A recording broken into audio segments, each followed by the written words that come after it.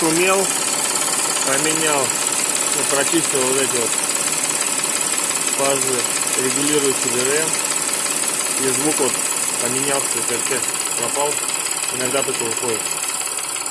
До этого на что-то не грешил, то поршня, то еще что-то. Так что, ребята, вот такие дела.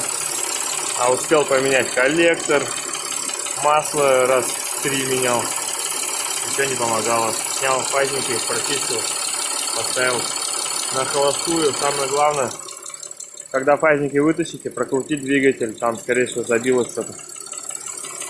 И все прошло. Ну еще почищу, прокладку поменяйте, и будет все пуки-пуки. Так что удачи, парни, всем в ремонте. Вот такой 3.2 PSI движок Гала.